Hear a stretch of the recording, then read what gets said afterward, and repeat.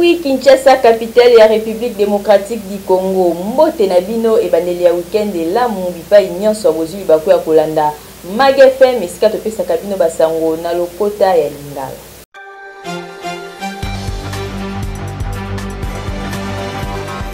Tofongola basango na biso ya mokolo ya lelo mpona koyebisa na bino ke ba bien public ezalaka lisusu na ete ya malamu te bula.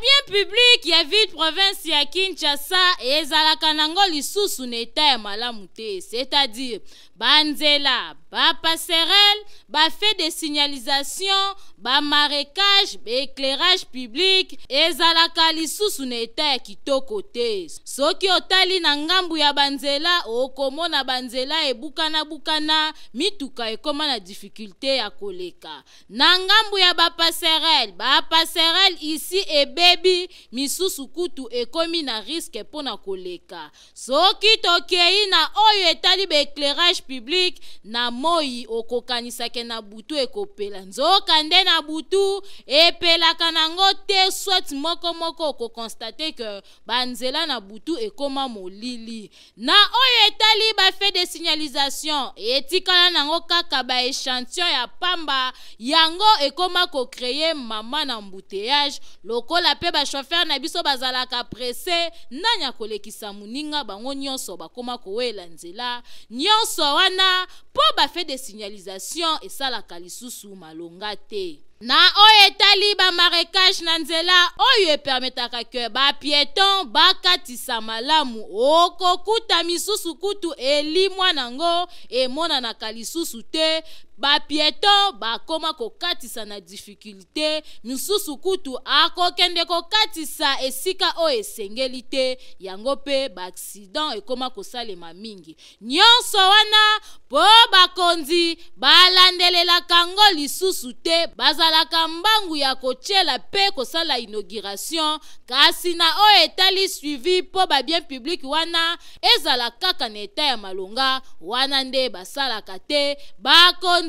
bazalaka na négligence makasi okomona ti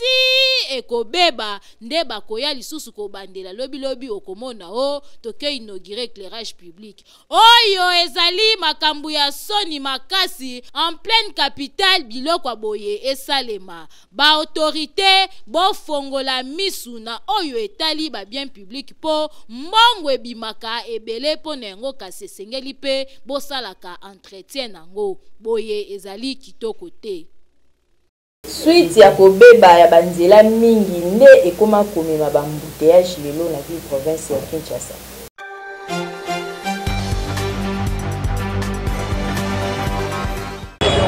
Banzela mingi awa na ville province ya Kinshasa ezali ya kobeba yango ekomi kosala ke ba embouteillage ekoma makasi lokola pe mituka ekoma ebele okomona bango nyonso bazali kosalela kaka tronçon moko après ememi embouteillage ndenge balobaka le bonheur des uns fait le malheur des autres ekoma bonheur ya ba chauffeur na ba receveur na bango pona ko créer ba demi terrain malheur pona population po soki obimaki na transport juste okozanga na moyen ya kokoma tina destination ezaleli oyo ezali malamu te bandeko ba chauffeur bozalaka na souci ya bandeko oyo bazali komata na mituka epesaka pasi surtout soki abimaki na mbongo mingi te yango tozali kosenga kaka na bakonzi batala nanu likambo ya banzela oyo ezali kosalema deja ezali malamu kasi lokola tokoti na saison sèche basilisa pe kote mususu oyo nanu bakomi te misala ebanda po circulation esalemaka kitoko pe pona kosilisa mitema mabe ya ba chauffeur na ba receveur na bango kobonga ya Congo esengi kaka bakonzi te biso nyonso toza ba Congolais tosimbana na maboko po te mboka ekende liboso boete bakanivo ya veni poids lourd ekoma nango fulu kokama.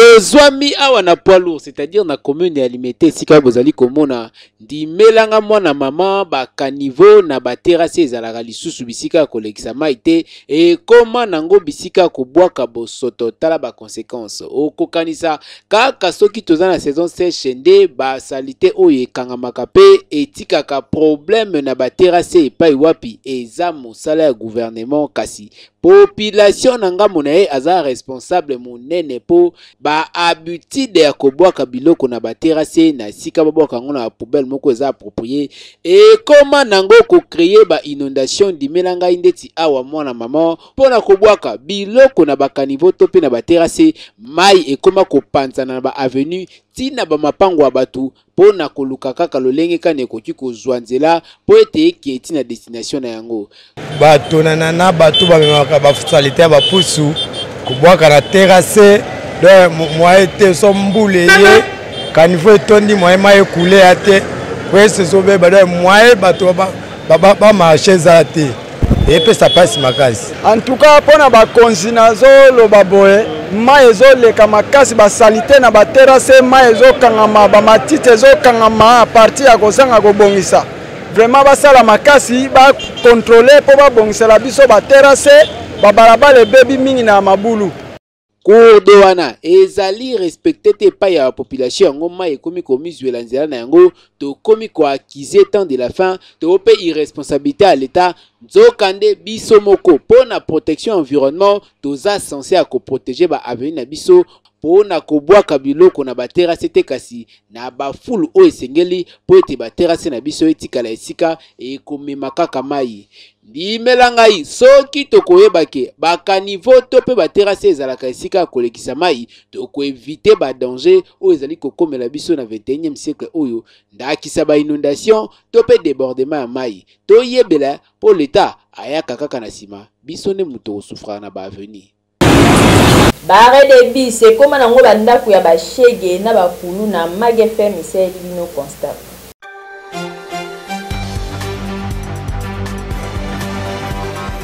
Respect ya ba bien public na Kinshasa ezalaka lisusu te. Tolobela na o etali barre de bis en tout cas ezali pasi pe mawa po soki otamboli okomona ke barre wana ekoma nango bandako ya bashege na bakuluna. Botala neti awa batandi bilamba lokola na singa kote kuna pe fulu na sima okokuta basaki basundola wana kote mususu pe are ebongwana nango kwado kokamwa lokola pe leta congolais amesana kaka kotonga kasi suivi ezalaka te yango tokoma komona makambu ya boye pona bare soki tokomi kaka na butu okokuta batu balali wana donc ekoma nango ndelie de refuge yango population akoma kobanga kotelema wana ezala mituka likolo ya ba civique oyo bamesana kolala wana mona ba pepele mama baluna ka poto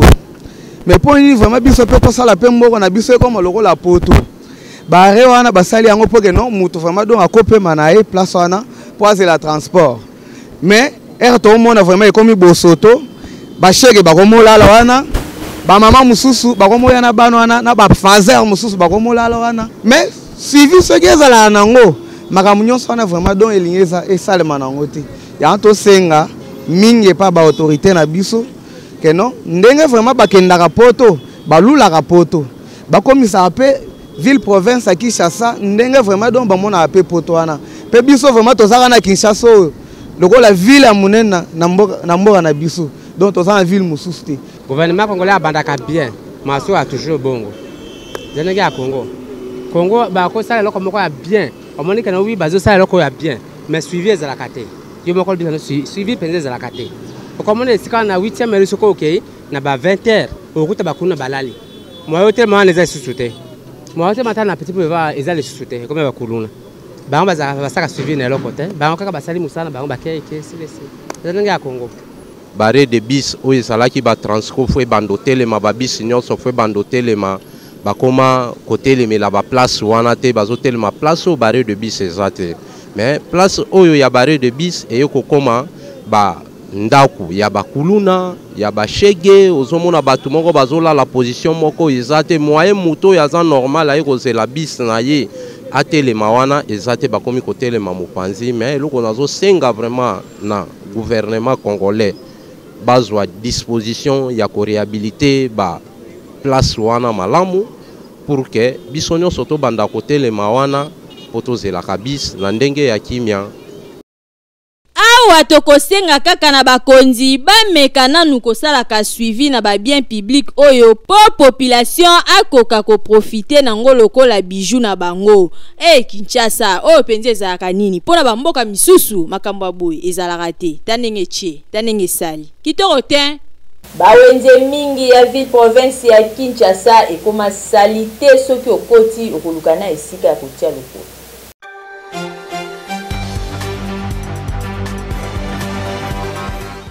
Bawenze mingi ya ville province ya Kinshasa ezalaka lisusu na ete kitoko te soki okoti na kati okomitu na awa vraiment eske ezali bisika batu bakoki koteka biloko ya kolia po salite etonda poto fulu bamai ya salite me bateki bazali koteka misusu kutu batandaka biloko na se na ngambu mususu bamesa ezalaka lisusu kitoko te batu atiri ya malonga te soki kaka mvula ebeti wenze komaka salite yango wana tomituni eske administrateur ya bawenze existaka vraiment pona kolandela entretien ya bawenze kosalisa basalongo ko kontrole bisika oyo ezali salite babongisa soki okei pe na ngambo mususu bateki bakoloba ke bafutaka bataxe po bataxe wana yango nde epermetraka babongisa wenze nzokande bataxe yango bafutaka ekendaka nango nde na baposhe ya baautorité oyo bazali sense ya kosala entretien ya bawenze kasi bango basalaka na bango eloko te ekendaka nango kaka na mabumu na bango nzokande ezali malamu te bisika ya koteka biloko ya kolia esengeli ezala propre boye kitoko te en tout cas bakonzi po trouver solution pona bawenza ville province ya Kinshasa boye kitoko te. Mage FM eseli bino constat pona koloba ke bakinwa mingi balingaka na bango kokatisa na passerelle te.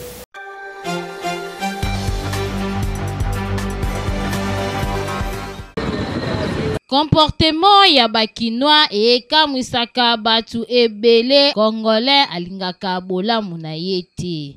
Mikolo eleki ba autorité oyo bazalaki na gouvernement oyo eleka bamonaka ke bakinois bazalaki kokufa mingi surtout pona oyo etali kokatisa ba boulevard ya minene po bazalaki na ba difficulté ya makasi ba accident ebandaki kosalema mingi. Na yango bazwaki likanisi ya kotonga ba passerelle na ba boulevard po permettre bango bakatisaka na sécurité. Nzokande batu oyo bazali koyokela bango mawa bango moko bamiyokelaka mawa te. Kinois a préféraka na ye raccourci akatisa kaka na ba risque ya kosakana te na place amata na passerelle. Oyo pe ba chauffeur depuis bayeba ke batonga ba passerelle pona ba piéton na o etali kokatisa bakoma kokumba na kisela na ndenge ya kosakana te soki ozali ekenge te bakolokota yo pe okufi sur place.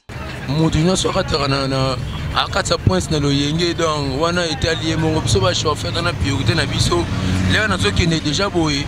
donc ti destination na ngai.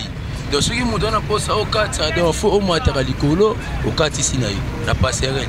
et ça bongo. Moi je préfère traverser ici parce que nous sommes nombreux premièrement et là-bas pour moi c'est ennuyant, il y a trop de saleté, beaucoup de gens et de gens qui quémandent beaucoup. C'est ça que je préfère beaucoup ici plutôt parce que nous sommes nombreux, je vais bien traverser. Ce qui au 4 va trouver qu'il y a un raccourci par rapport à la passerelle comme Mata ou qu'il y a un raccourci. En plus d'aider, la passerelle est belle, ils ont pu retraverser sur la au 4 mais au moment où ils sont comme fan dans la brigade. Quand on soit dans la brigade, moi maman m'a tes altés, tant ma collègue bien moi à distance on a préféré 4 comme maman en presse. En tout cas, toko interpellé kaka bakinois bino moko boye ba komi batela nzambe batelanga yo moko pe mi batela na place au traverser na ba risque ba autorité ba tonga déjà ba passerelle po katisa na kimia na place baya kotuta yo pi bolela o ba autorité botalela biso likambo yo o ba chauffeur bazokumba mabe alors bino moko bosali komi batela te vie ezaka kase moko boye bele. Ba chef de riz batikala lisusu na impact te ndenge ezalaka na ntango ya kala.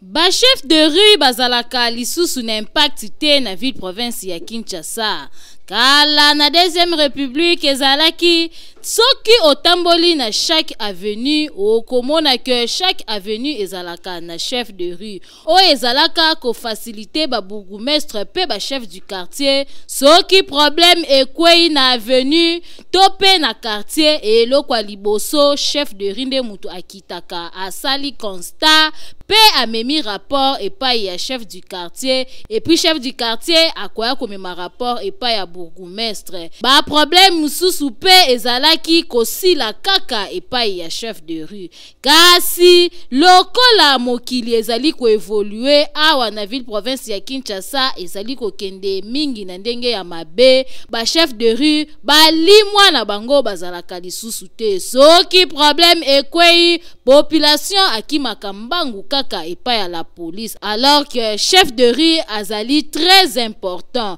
yango wana ba problème ekoma kokoma mingi na ville province ya Kinshasa pe na o etali salubrité Kinshasa ekomi salite makasi nyonso wana po ba chef de rue bazalaka lisusu te alors que soki bazalaki chaque chef de rue alingaka salisa service ya salongo na avenue na ye po na ko faciliter bourgmestre na yango wana population ekoma kotuna soki ba chef de rue bakenda wapi po ba bourgmestre bazalaka na temps ya kokutana na population te alors que ba chef de rue nde bazalaka proche ya peuple pe bayebaka nini ezali koleka toko interpeller kaka na premier citoyen ya ville province ya Kinshasa Gentini Ngobila amekana nu kotala dossier ya ba chef de rue koluka kozongisa chaque avenue ezala na chef de rue pe chaque quartier ezala na chef du quartier po mutu na mutu asala musala oyo ye sengeli ya sala na place que peuple eganga kaka que bakonzi awa biso tokufi bakonzi problème ezali côté oyo po boye kitoko te Kinshasa ezali kokufa se kokufa boye bele kolia bio ezalaka très important pour na santé ya mutu kasi lelo na Kinshasa tellement vie sociale eza pasi batu bakoma ko préférer kolia kaka ba vivre frais o ezali komemela batu ba maladie ya ndenge.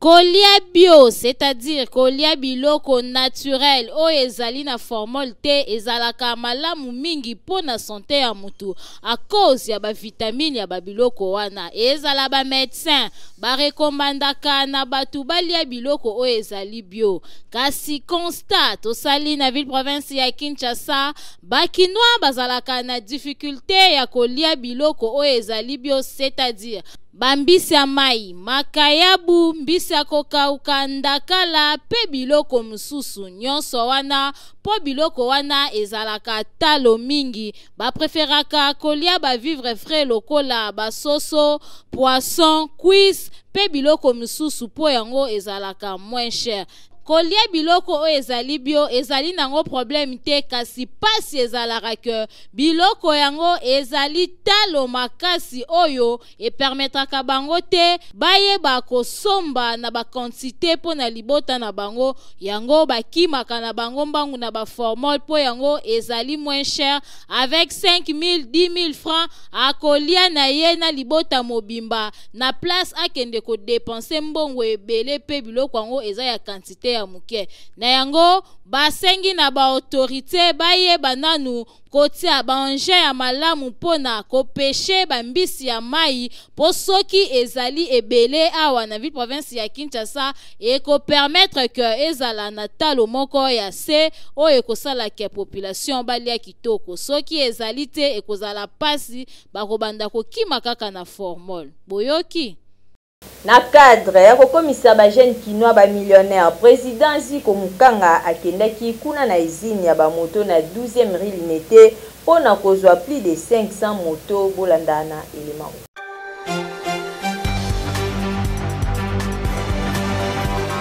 Na cadre toujours ya koboya rupture ya stock ya ba moto esengeli boyeba ke président national ya ba motocycliste ya République démocratique du Congo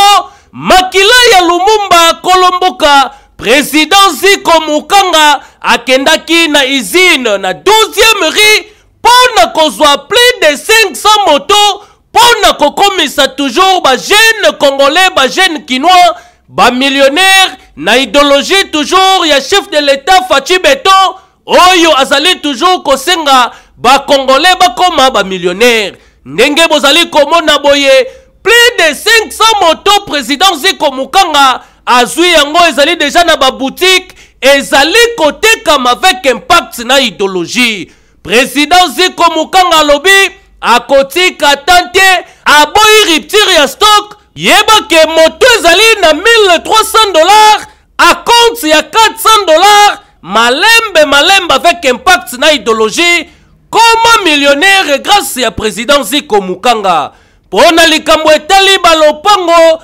mapango ezali kopesama na $1,500 à compte ya $500 $1,000 etikali okofuta yango malembe pendant 12 mois. Une année mobimba entre temps ozwaki déjà 20 sur 20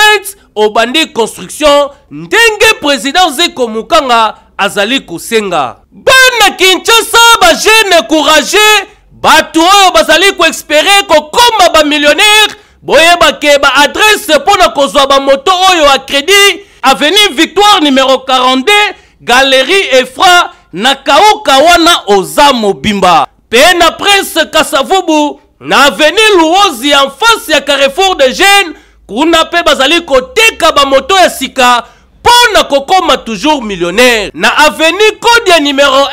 quartier 8 na commune ya Njili en diagonale na Hotel Lwemba. Bana masina kuta bureau ya Koma Kololo Pango na boulevard Lumumba na arrêt Pemi quartier 3 oza mobimba. Bongo na commune ya Maluku bureau ezwami na avenue Autoroute na quartier Monaco toujours na Maluku. Zwa 20 sur 20 grâce ya président Ziko Mukanga makila ya Lumumba kolo mabele oyo azali kopesa sourire na ba famille sans obstacle ni dérangement. Kasi boyeba lisusu ke na ba site nyonso oyo vente ya mapango ezali kosalema ba forage déjà ekoti mai ezali kobima avec impact na idéologie pona kotonga ndaku na bino kitoko. Ebongo koto ya ba matériel pona construction ba dépôt ciment ezali ba tol biloko nyonso batongelaka ndaku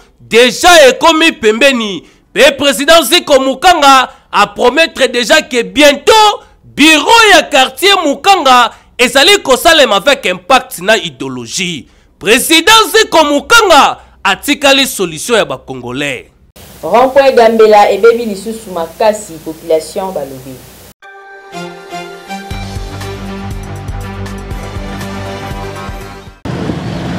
Soki okomi na rond-point Gambela na commune ya Kasavubu oko remarquer que nzela eza ya kobeba makasi kobanda Ethiopie ti okoma na rond-point Gambela malgré bautaki kobongisa rond-point kasi koto yo batikala kokoma te kasi kokamwa fulu moko ebotami wana ekomi kopesa pasi na circulation suite ya eta mabe ya nzela bakanivo ekoma bouché bino moko botala neti bakazie oyo ekwei kaka po nzela eza mabe makasi mituka ekoma kozwa bapani pamba donc awa soki mutuka na yo eza ya tindika chakal komeka nzela oyo te po okolela ebele. Kasi population balobi libulu oyo ebanda kala depuis régime ya ex-président Joseph Kabila kasi ti lelo na deuxième mandat ya Fachi Beton etikala kaka bongo, c'est-à-dire bakonzi babetango vrai kara esali pasi pe mawa. Libulu oyo, si je me trompe pas,